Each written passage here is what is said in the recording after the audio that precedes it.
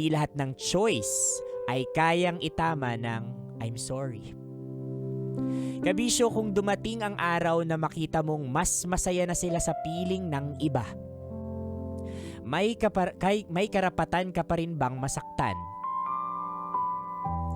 Gayong ikaw naman ang unang bumitaw. Kabisyo,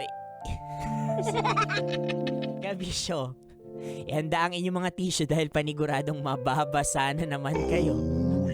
Mababasa na naman ang inyong mga mata at pagpapawisan kayo sa ating dear love ngayon na pinamagatang pagpili.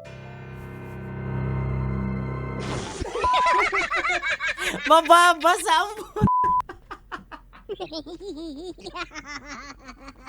ano yon?